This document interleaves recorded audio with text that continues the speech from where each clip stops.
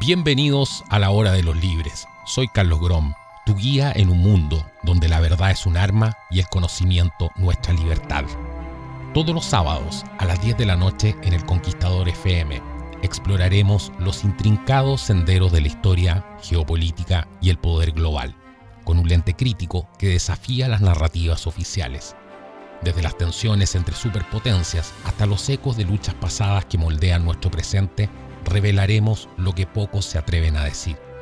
La Hora de los Libres es tu espacio para cuestionar, reflexionar y decidir por ti mismo, mientras desentrañamos los secretos del mundo, armados con hechos y guiados por la búsqueda incansable de la verdad. Prepárate para un viaje que trasciende fronteras, porque en esta hora la libertad de pensamiento es nuestra bandera. Bienvenidos.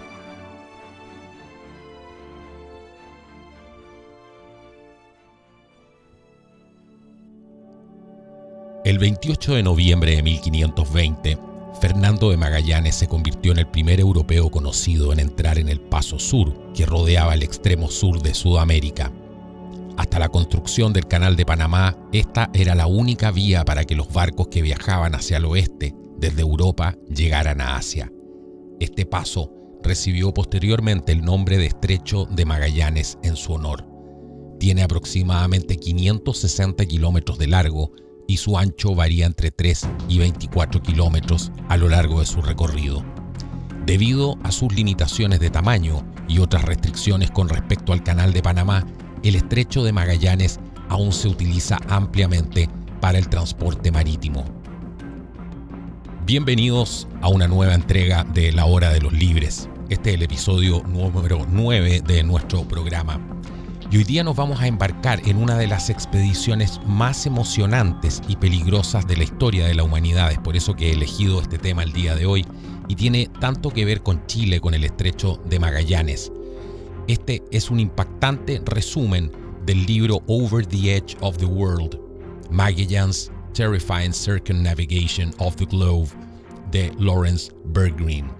Este épico relato histórico narra la increíble historia real del revolucionario viaje de Fernando de Magallanes, la primera circunnavegación exitosa de la Tierra. En el programa del día de hoy nos vamos a sumergir y vamos a navegar a través de los altibajos del viaje de Magallanes, a través de los océanos inexplorados, mientras desafiamos la naturaleza, el motín, el hambre y la traición política en busca de la gloria, también las lucrativas islas de las especias y cómo Magallanes zarpó con 5 barcos y más de 200 hombres, pero solo una embarcación regresó 3 años después. Este viaje transformó el comercio global, redefinió las fronteras humanas y confirmó que la Tierra era redonda de una manera nunca antes probada. La vivida narrativa de Lawrence Berggreen captura la brutalidad y la brillantez de la era de la exploración del siglo XVI, desde las tormentas mortales en el mar hasta violentos enfrentamientos con tribus indígenas, desde el liderazgo heroico hasta errores devastadores.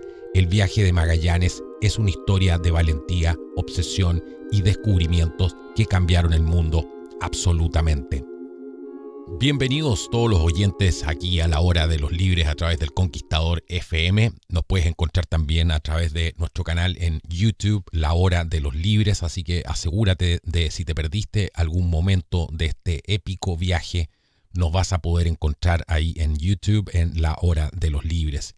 Y hoy día, como les decía, nos vamos a sumergir en una de las aventuras más épicas y brutales de toda la historia de la humanidad. Si hablamos de aventuras, bueno, el viaje de Fernando de Magallanes es uno de los mejores ejemplos de esto, así que prepárense para una historia de ambición desmedida, traiciones a cada paso y descubrimientos que cambiaron el mundo para siempre. Imaginemos un mundo donde el Papa Alejandro VI, en un golpe de pluma, el día 7 de junio de 1494, dividió el planeta en dos. España se quedó con el oeste y Portugal con el este, gracias al Tratado de Tordesillas. Pero esta decisión desató una carrera frenética entre las dos potencias ibéricas. España, por su lado, y en particular, estaba desesperada por encontrar una ruta directa a las codiciadas especias del este. Piensen en los clavos de olor, la nuez moscada, la canela, Todo esto era tan valioso como el petróleo en aquellos días, generaban fortunas y encendían la imaginación de todos. Pero con la caída de Constantinopla en 1453, las rutas terrestres se cerraron, dejando el mar como la única esperanza para los valientes. Y aquí es donde nace Fernando de Magallanes, en 1480, en Sabrosa, y él no era un cualquiera, venía de la nobleza menor y recibió una educación de primera, incluyendo astronomía y navegación. Pero sus sueños chocaron de frente con la terquedad de la corte portuguesa. El rey Manuel I lo rechazaba una y otra vez, frustrando hasta la médula los esfuerzos de Magallanes. Pero Magallanes aquí hizo algo absolutamente radical. Renunció a su ciudadanía portuguesa, se fue a España, llegó a Sevilla en 1517, se casó con Beatriz Barbosa y se convirtió en Hernando de Magallanes.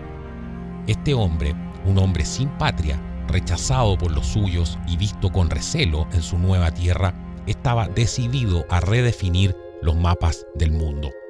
La hostilidad portuguesa llegó a tal punto que el rey Manuel ordenó represalias contra su familia en Sabrosa, arrancaron incluso el escudo heráldico de su casa y apedrearon a sus jóvenes parientes.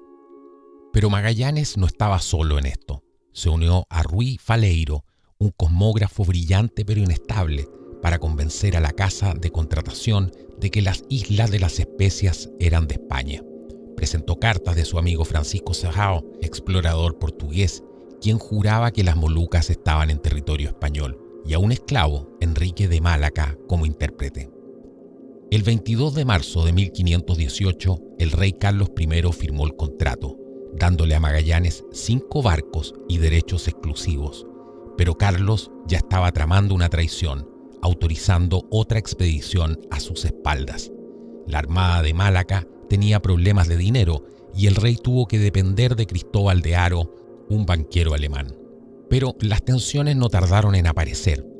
En la Trinidad, el buque insignia de Magallanes, unos marineros españoles apuñalaron al piloto, un motín en toda regla que el rey Carlos castigó con mano dura, dejando claro su apoyo a Magallanes. Pero la cosa no paró ahí. Nombraron a Juan de Cartagena como inspector de la flota, con un sueldo más alto que el de Magallanes, y esto fue sin duda una humillación y el inicio de una lucha de poder. El rey Manuel I de Portugal, furioso, envió a su agente Sebastián Álvarez para sabotear el viaje, llamando a Magallanes traidor y cobarde, y Faleiro fue despedido por su inestabilidad mental, pero Magallanes se aferró a sus valiosos instrumentos de navegación, 35 brújulas y 24 mapas. Pero reclutar la tripulación fue un absoluto dolor de cabeza en estas circunstancias, porque pocos españoles querían servir bajo un portugués, así que Magallanes tuvo que contratar a griegos, venecianos, genoveses, sicilianos, franceses y casi 40 portugueses para conformar su tripulación. Pero mientras la flota llegaba a Tenerife, el suegro de Magallanes, Diego Barbosa, le envió una advertencia escalofriante. 2 carabelas portuguesas los perseguían y había rumores de motín, con Juan de Cartagena como el cerebro. Magallanes, sin embargo, muy astuto, mantuvo estas noticias en secreto para evitar el pánico, mostrando una fachada de confianza. En medio de todo este descalabro, la armada de Málaga se encontró con 60 días de tormentas infernales, olas gigantes, vientos despiadados, fugas en los cascos y la comida pudriéndose. Magallanes, ¿qué fue lo que hizo? Bueno, tuvo que imponer un racionamiento brutal, solo 4 pintas de agua, la mitad del vino y 1,5 libras de pan duro al día. Imaginemos por un segundo el descontento que esto provocó. Además, la corriente ecuatorial del sur los arrastró hacia el oeste, perdiendo Río de Janeiro. En este momento las condiciones eran absolutamente inhumanas en la expedición. La mayoría de los marineros, además, eran adolescentes o veinteañeros, y muy pocos llegarían a los 40. Y Magallanes, con casi 40 años de edad, era considerado viejo para la expedición, y la atención médica, por supuesto, era casi inexistente. Era visto como un líder distante, autoritario e implacable, aplicando el consulado del mar. Esto era el Código Marítimo Español con una severidad que helaba la sangre. En Puerto San Julián, el invierno antártico y el racionamiento estricto de Magallanes, a pesar de la abundancia de focas y pingüinos, hicieron estallar la furia de la tripulación. Los rumores de motín corrían como la pólvora a bordo. Magallanes, que ya veía venir todo esto, fingió ignorancia y descubrió un complot para matarlo en Semana Santa. Por negligencia o destino, un bote con correspondencia secreta de los conspiradores fue interceptado por la Trinidad, revelando todo a Magallanes. Pero frente a esto, Magallanes actuó sin dudar. El capitán Gaspar de Quesada y Juan de Cartagena, junto a Juan Sebastián Elcano y 30 hombres armados, asaltaron el San Antonio, capturando a Álvaro de Mezquita y apuñalando al capitán legítimo Juan Serrano.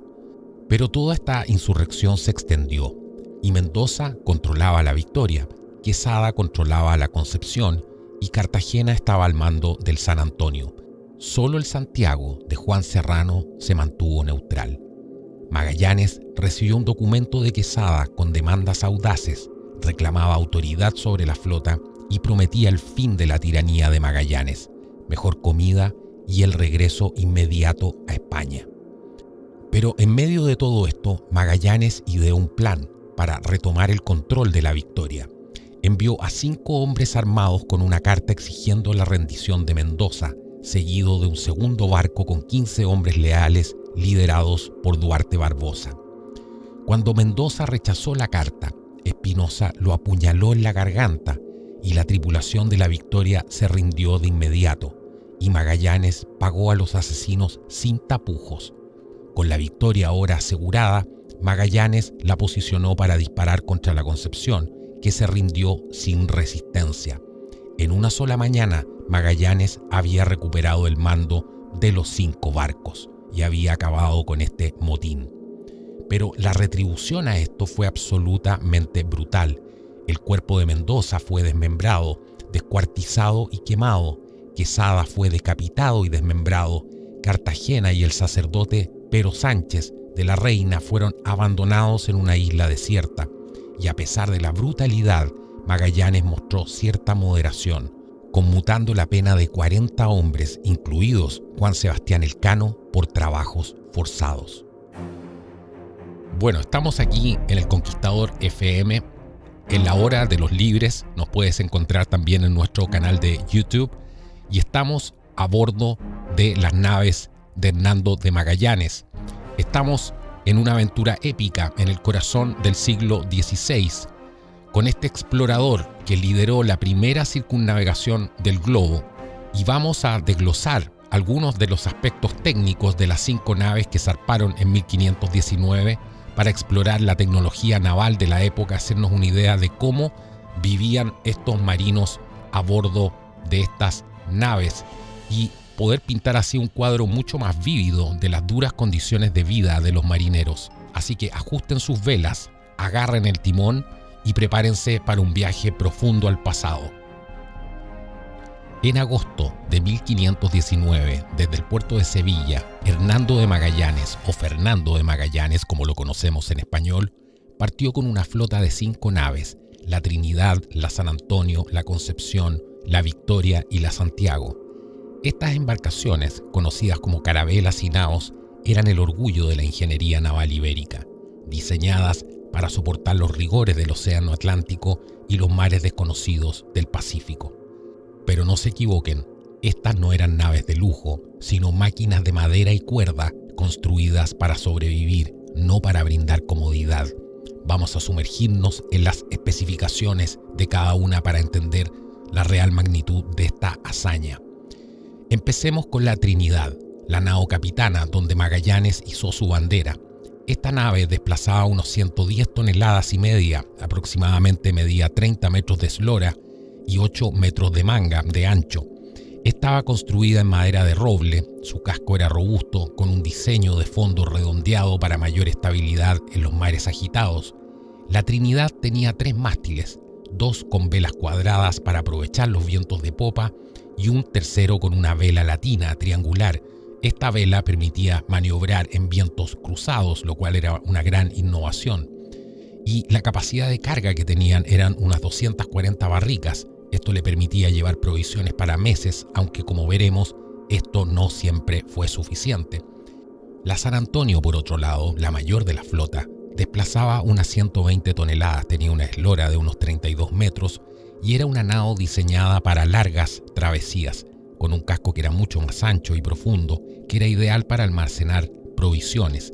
Pero, sin embargo, su tamaño la hacía mucho menos ágil y su destino fue trágico. Desertó durante la expedición, regresando a España tras un motín en el estrecho de Magallanes. La Concepción, por otro lado, con 90 toneladas, 28 metros de eslora, era una nao más ligera, pero igualmente robusta. Su diseño priorizaba la velocidad, y aunque no tanto como las carabelas, pero desafortunadamente fue abandonada y quemada en las Filipinas cuando la tripulación se redujo tanto que ya ni siquiera podían operarla.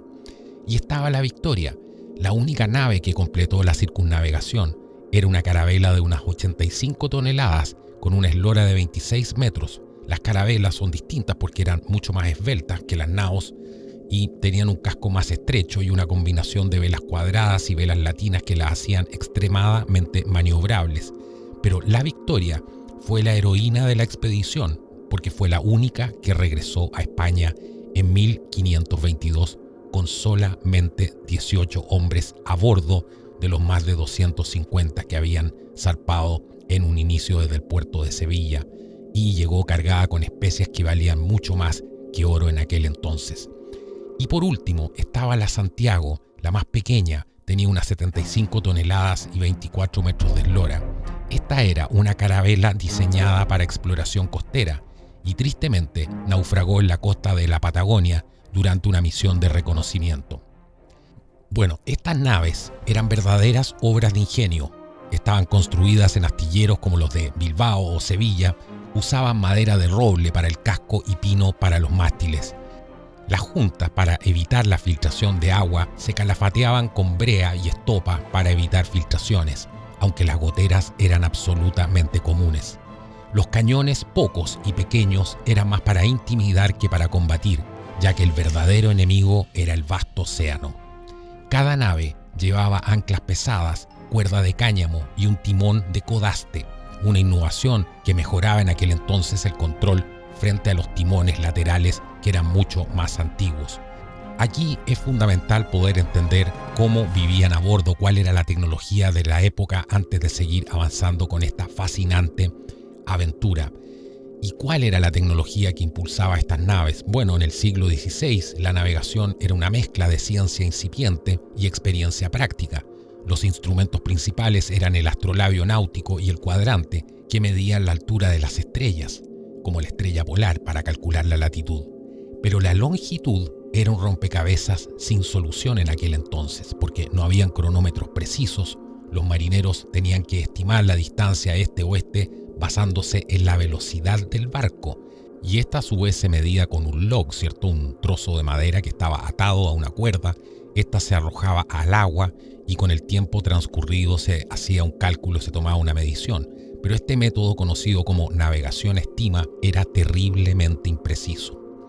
La brújula magnética era el instrumento estrella en aquellos años, pero no estaba exenta de problemas porque las variaciones magnéticas locales podían desviar la aguja y los marineros debían ajustar sus cálculos basándose en su experiencia. Las cartas náuticas, muchas veces copiadas de mapas portugueses o árabes, eran valiosas pero absolutamente incompletas en aquel entonces. Magallanes y sus pilotos también usaban derroteros. Estos eran guías escritas con descripciones de costas, corrientes, también aparecían los vientos ahí. Imagínense ustedes por un segundo lo que debe haber sido navegar el Pacífico, un océano que nadie en Europa sabía cuán vasto era en aquel entonces, solamente con una brújula imprecisa, un astrolabio y un cuaderno lleno de notas. Esto realmente era coraje, era valentía. Habían otros avances también que incluso incluían el uso de velas latinas. Estas permitían navegar contra el viento, y mejoras en la construcción de los cascos también, como el uso de clavos de hierro en lugar de madera, todo esto para una mucho mayor resistencia. Pero sin embargo, las naves seguían siendo vulnerables a las tormentas, a los arrecifes y al desgaste constante del agua salada. Pero ahora pasemos a entender por un segundo cómo era la vida a bordo, que era todo menos glamorosa, porque las naves de Magallanes llevaban entre 30 y 60 hombres cada una, dependiendo por supuesto del tamaño, esto sumando unos 250 en total. Pero estos marineros, grumetes, pajes y oficiales compartían espacios increíblemente reducidos. La Victoria, por ejemplo, tenía una cubierta principal de apenas 20 metros cuadrados para la mayoría de la tripulación. Aquí no habían camarotes, no habían, salvo un pequeño espacio que había para el capitán y los oficiales, pero los marineros dormían en la cubierta, sobre tablas húmedas o en hamacas improvisadas colgadas entre cañones y barriles. El frío del Atlántico Sur, el calor sofocante de los trópicos y la humedad constante hacían de que descansar fuera realmente una hazaña. Había muchos reportes de esa época iban a despertar a los marineros en la mañana y estaban congelados. Simplemente imagínense lo que es dormir en una cubierta fría, ¿cierto? Y tratar de calentarse durante la noche, que era realmente una hazaña poder mantener la temperatura en el cuerpo. Y la comida era un desafío aún mucho mayor, porque las provisiones incluían bizcocho, un pan duro como piedra que se llenaba de gorgojos después de semanas en el mar.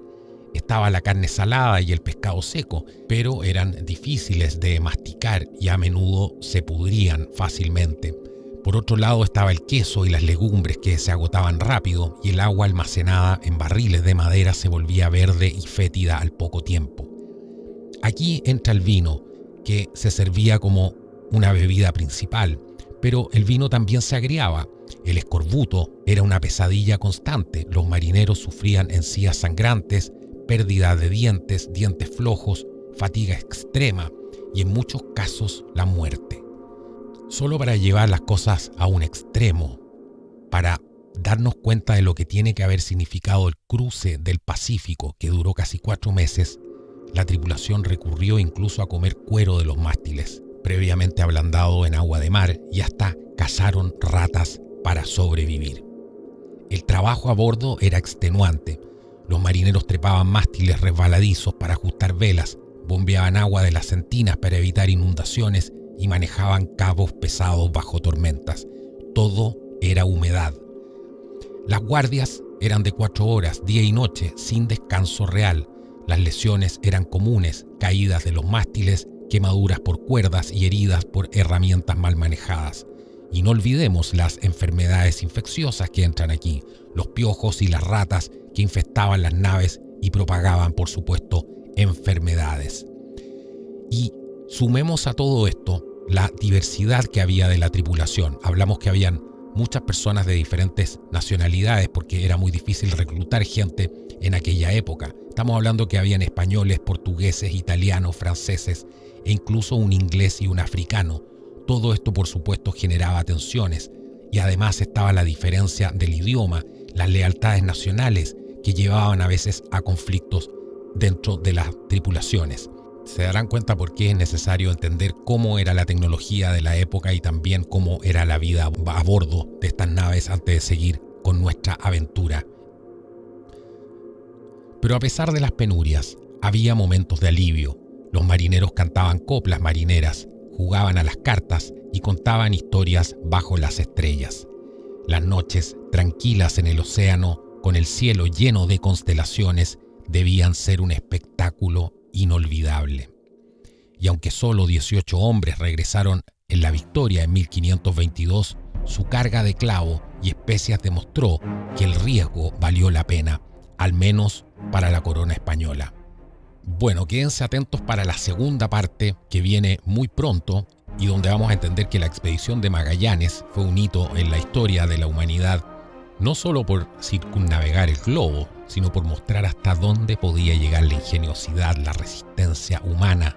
Y estas naves, con sus cascos de roble y velas latinas, eran maravillas de su tiempo, pero también recordatorios de lo frágil que era la vida en alta mar. Los marineros, enfrentando el hambre, enfermedades y lo desconocido, escribieron una página de valentía que aún resuena hoy.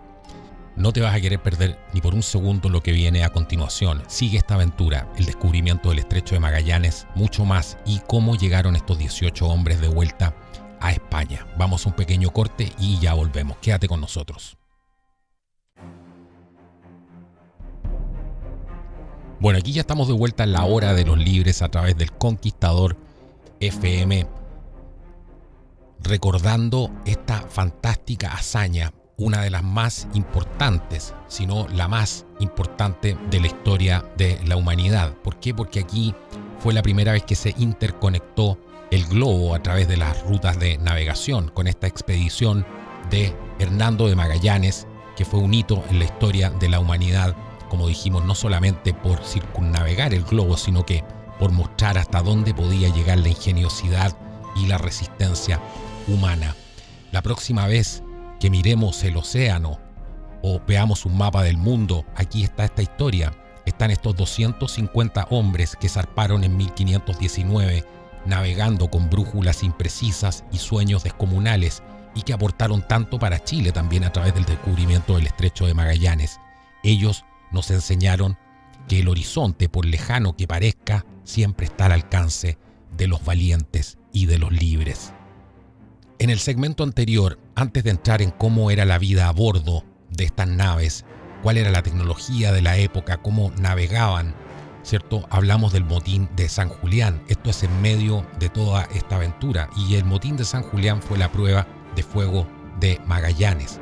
Pero ¿qué fue lo que pasó después de que ocurrió este motín y que Magallanes, por supuesto, mostró todo un liderazgo realmente impresionante dentro de la brutalidad, ¿cierto? De todo lo que significaba en aquel entonces estar al mando de una expedición como esta, donde no había absolutamente nada cierto y que, por supuesto, a Magallanes solamente le animaba el deseo de seguir adelante con todo lo que eso significaba, o sea, mantener la moral de la tripulación, evitar los motines y, por supuesto, mantener la esperanza en que realmente esto iba a tener algún destino y, sobre todo, de que podían volver con vida, con gloria, cosas que en realidad no sucedieron, porque solamente volvieron 18, como ya vimos, 18 marineros a bordo de estas naves de vuelta hacia España.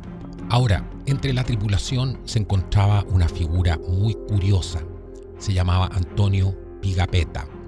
Él era un erudito y diplomático veneciano que tenía aproximadamente en aquel entonces unos 30 años. Él se había unido a la expedición no en busca de oro ni gloria, sino en búsqueda de experiencia y conocimiento. Y aunque carecía de habilidades náuticas, Pigapetta comenzó a relatar el viaje no en el formato de un diario de a bordo, sino como una fluida narración personal. Se convertiría así en el cronista más fiel del viaje y además un ferviente admirador de Fernando de Magallanes, cuya osadía atribuía tanto a la audacia humana como a la voluntad divina.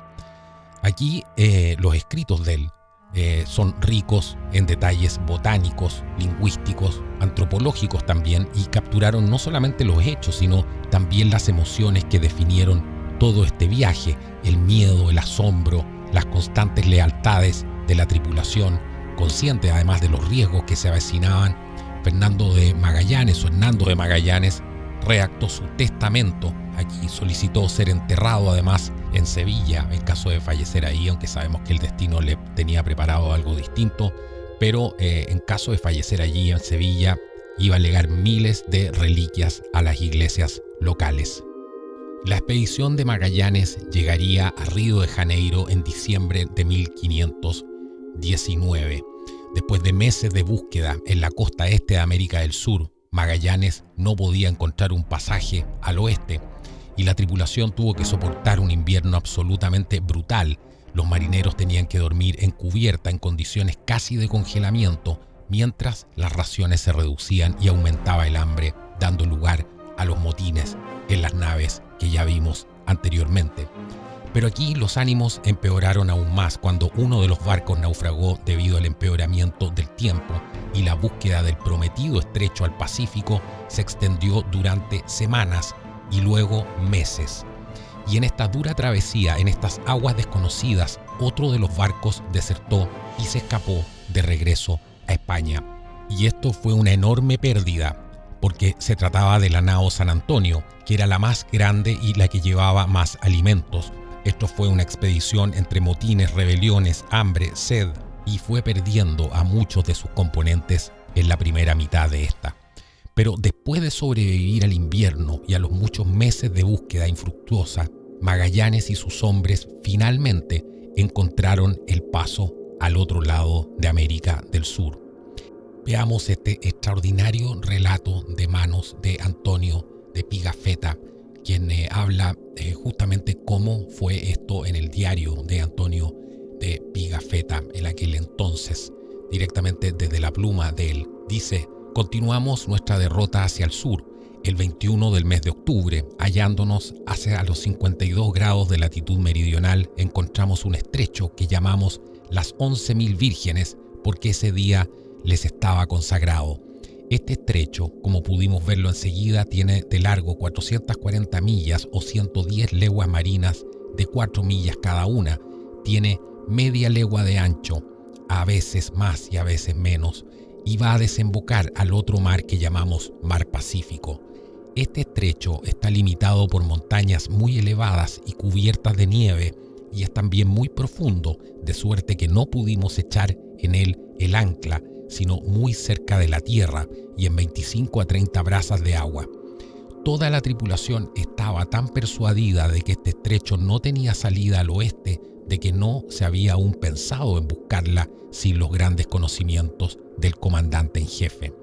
Este hombre, tan hábil como valeroso, sabía que era necesario pasar por un estrecho muy oculto, pero él había visto figurado en un mapa que el rey de Portugal conservaba en su tesorería, construido por Martín de Bohemia, muy excelente cosmógrafo.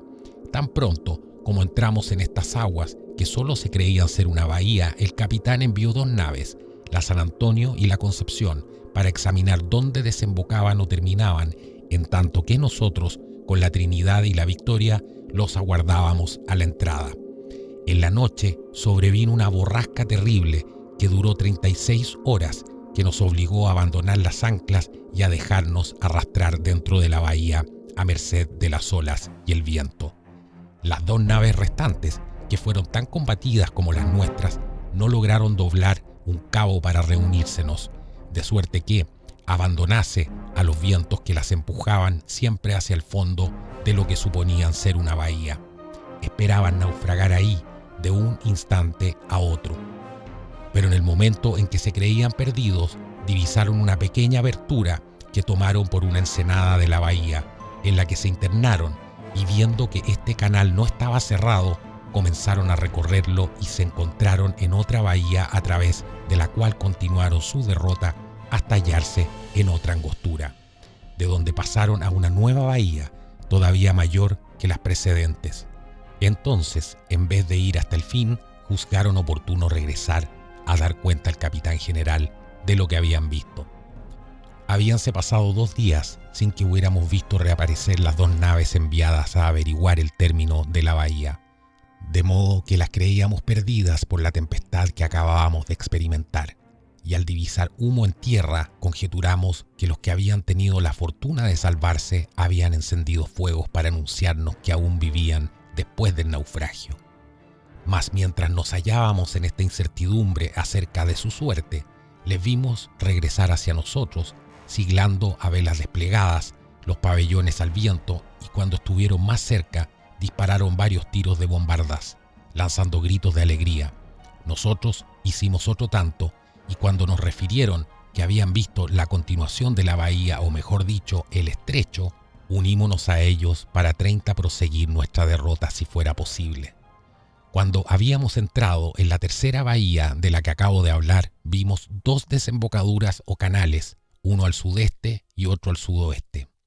El capitán general envió las 2 naves, la San Antonio y la Concepción, al sudeste para reconocer si este canal desembocaba en un mar abierto. La primera partió inmediatamente e hizo fuerza de velas, sin querer aguardar a la segunda, que quería dejar atrás, porque el piloto pensaba aprovecharse de la oscuridad de la noche para desandar el camino y regresarse a España por la misma derrota que acabábamos de hacer. Ese piloto era Esteban Gómez, que odiaba a Magallanes por la sola razón de que cuando vino a España a hacer el emperador la propuesta de ir a las Molucas por el este, Gómez había demandado y estaba a punto de obtener algunas carabelas para una expedición, cuyo mando se le había de confiar. Tenía por propósito esta expedición realizar nuevos descubrimientos, pero la llegada de Magallanes fue causa de que se le negase su petición y de que no hubiese podido obtener más que una plaza subalterna de piloto, siendo sin embargo lo que más le irritaba encontrarse bajo las órdenes de un portugués.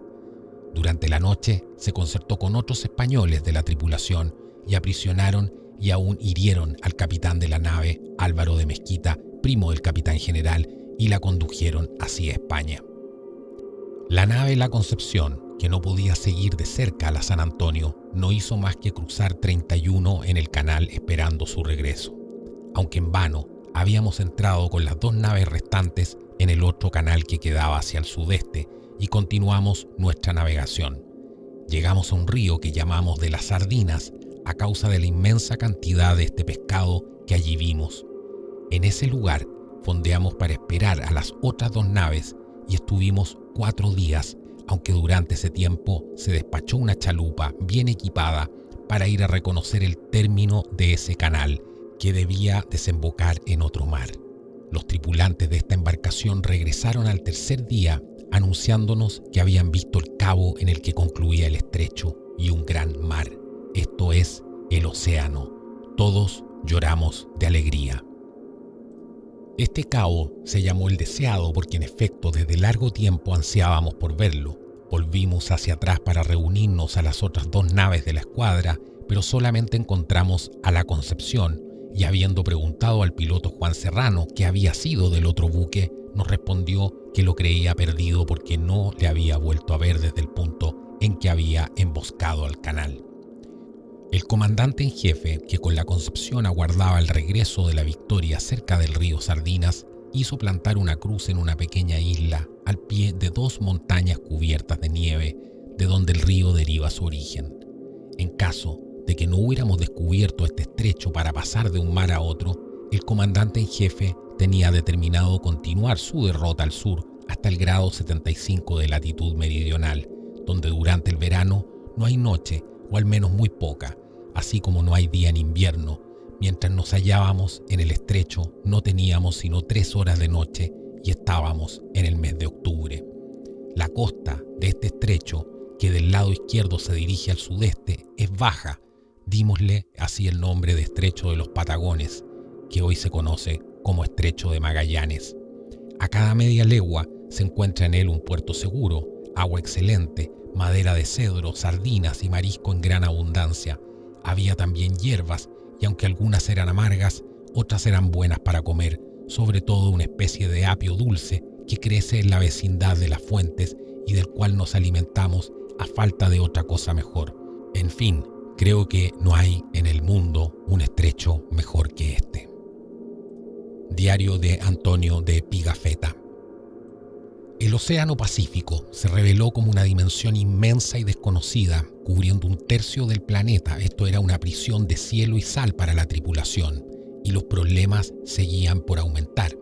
El escorbuto se extendió como una plaga, encías hinchadas y negras, dientes que se caían, miembros debilitados. De 60 hombres en un barco, 29 murieron por esta terrible enfermedad. Desesperados, los marineros comieron ratas y galletas con serrín. Curiosamente, Magallanes, Pigafetta y algunos oficiales se mantuvieron relativamente sanos al consumir mermelada de membrillo, rica en vitamina C. Después de 98 días y más de 12.000 millas en el mar abierto, tierra a la vista. Era Guam, en las Islas Marianas, que Magallanes llamó las Islas de las Velas Latinas, pero que los españoles renombraron Islas de los Ladrones por los hábitos de los nativos. La falta de concepto de propiedad privada entre los chamorros llevó a malentendidos y violencias. Magallanes envió una partida de asalto que quemó casas y mató a 7 isleños después de que robaran un pequeño bote.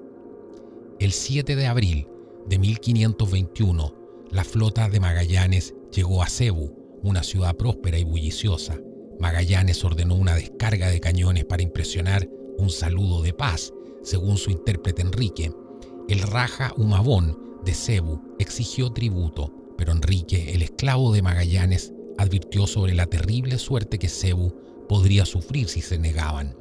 Humabón propuso un pacto de sangre con Magallanes.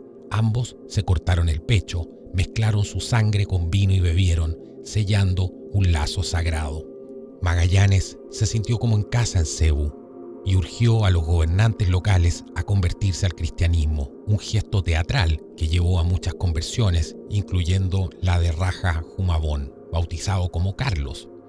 El 14 de abril, Magallanes orquestó un bautismo masivo con gran esplendor y se reclamaron 2.200 conversiones sin disparar un solo mosquete, aunque Pigafetta dudaba de la sinceridad de una fe tan rápida. Pero la paz se rompió por la desafiante resistencia del cacique Lapu Lapu de Mactán, quien rechazó la conversión y la sumisión. Magallanes ya había quemado su aldea como castigo. A pesar de las objeciones de sus oficiales, Magallanes, embriagado del destino divino, decidió intervenir en los conflictos locales, queriendo que sus leones españoles reclamaran la victoria sin ayuda. En la madrugada del 27 de abril, Magallanes y 60 hombres, incluyendo a Pigafetta y Enrique, partieron hacia Mactán. Lapu Lapu se burló de la amenaza y preparó trampas. Los hombres de Magallanes tuvieron que vadear 2.000 pies de agua hasta la cintura, fuertemente armados y expuestos, mientras los aliados cebuanos observaban sin ofrecer apoyo. Magallanes fue apuñalado y abatido, muriendo solo en la orilla. Su cuerpo nunca fue recuperado. 8 europeos murieron, incluido Rebello, y solo 15 guerreros de Mactán cayeron. Hoy, Magallanes es recordado en Filipinas como un invasor, mientras que Lapu Lapu es inmortalizado como un héroe nacional, con una estatua colosal que lo vigila en el puerto de Mactán.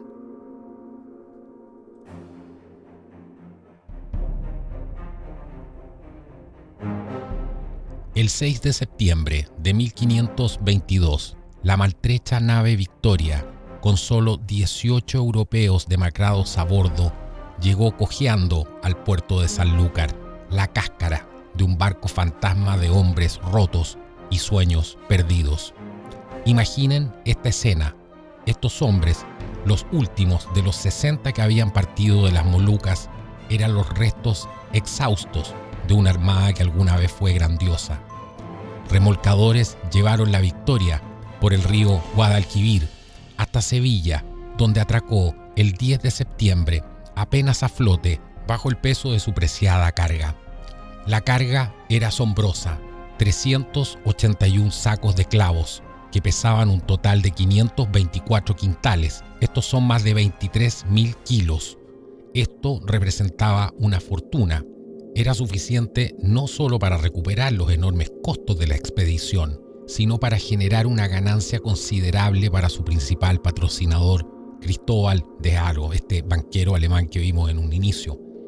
Ahora, toda la mercancía fue entregada directamente a Haro, con destino a los mercados de Amberes, donde el rico aroma de las Molucas alcanzaría precios altísimos.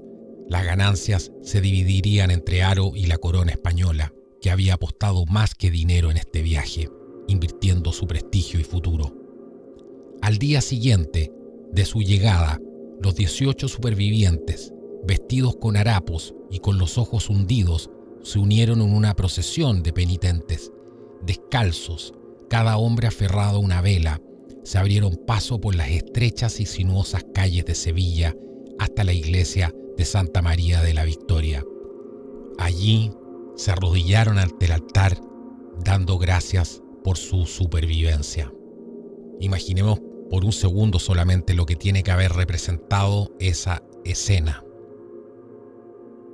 Y hoy, una modesta placa en Sanlúcar de Barrameda conmemora discretamente a estos primeros circunnavegantes del globo, grandes valientes.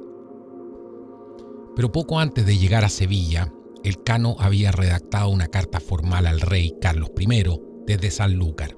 En ella describía el descubrimiento del estrecho, el cruce del Pacífico, la muerte de Magallanes y la adquisición de especias en las Molucas.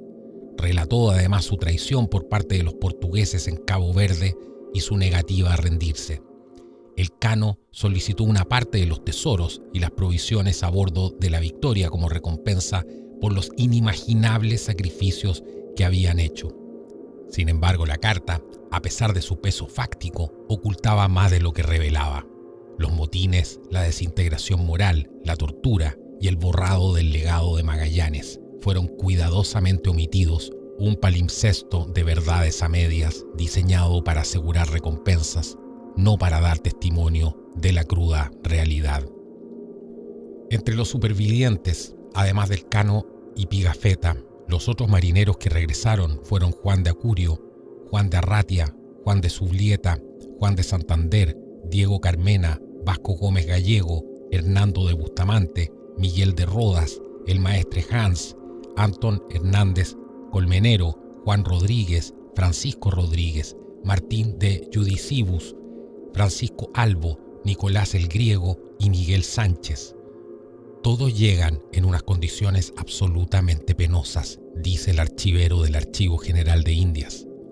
El emperador Carlos V recibió a algunos de los supervivientes y concedió a Elcano una renta anual y un escudo de armas con un globo terráqueo y la leyenda, el primero que me circunnavegó.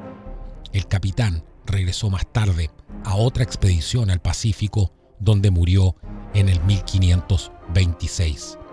Así que las consecuencias que tuvo esta expedición de Magallanes y Elcano, esta expedición de Magallanes para poder alcanzar estas islas de las especias por otra ruta, cambió absolutamente el curso de la historia, pero tuvo un enorme costo humano. Más de 200 miembros de la tripulación fallecieron, muchos en circunstancias absolutamente terribles.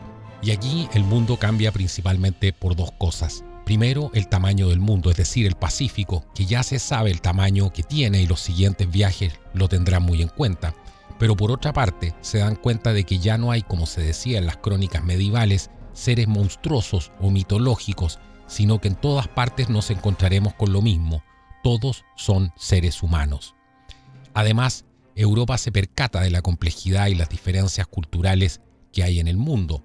Todo esto es nuevo. Y por otro lado, a nivel geopolítico, el viaje de Magallanes exacerbó las tensiones políticas y comerciales entre España y Portugal durante algunos años.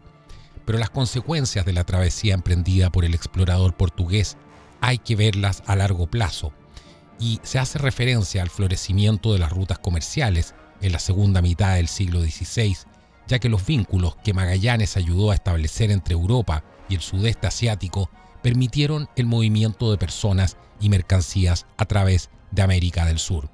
La mentalidad de Magallanes, su imaginación y su determinación de usar globos terrestres en lugar de mapas planos para comprender el mundo abrió una profusión de las nuevas oportunidades comerciales y mucho más, porque se podría decir aquí que su gran viaje disparó el arma inicial en la carrera hacia interconectar el mundo con todos los riesgos y oportunidades que esto nos presenta hoy. Ahora, una de las cosas más curiosas que emergen aquí fue el tema del día perdido, de que cuando llegaron de vuelta, estos 18, habían perdido un día. Estaban adelantados en España, y esto tuvo un significado mucho más profundo para la tripulación, porque más allá de las observancias religiosas, ¿cierto? Este día perdido fue una revelación profunda e inesperada que tuvieron sobre la naturaleza del tiempo y los viajes globales. Imaginemos por un segundo que viajamos hacia el oeste, perseguimos la puesta de sol día tras día, pero cada vez que cruzan un meridiano esencialmente están ganando un poco de tiempo con respecto al punto de partida, y a lo largo de un viaje tan vasto, estas pequeñas ganancias se acumulan, y para la tripulación darse cuenta de que habían perdido un día entero significaba que toda su percepción del tiempo, que había sido un ancla constante y fiable durante toda su vida, durante todo su viaje, fundamentalmente era errónea. Esto era además una prueba tangible e innegable de que el mundo era redondo y de que el viaje los había llevado literalmente alrededor del reloj. ¿Qué les parece? Absolutamente extraordinario. Bueno, nos vemos el próximo sábado, como es de costumbre. Suscríbanse al canal de YouTube La Hora de los Libres. Nos puedes encontrar, están todos los programas. Bueno, y si quieres que tu marca aparezca en La Hora de los Libres, escríbenos a lahoradeloslibres@gmail.com y encuéntranos en el canal de YouTube La Hora de los Libres. Nos vemos el próximo sábado aquí a la misma hora, a las 10 de la noche, por El Conquistador FM. Hasta la próxima.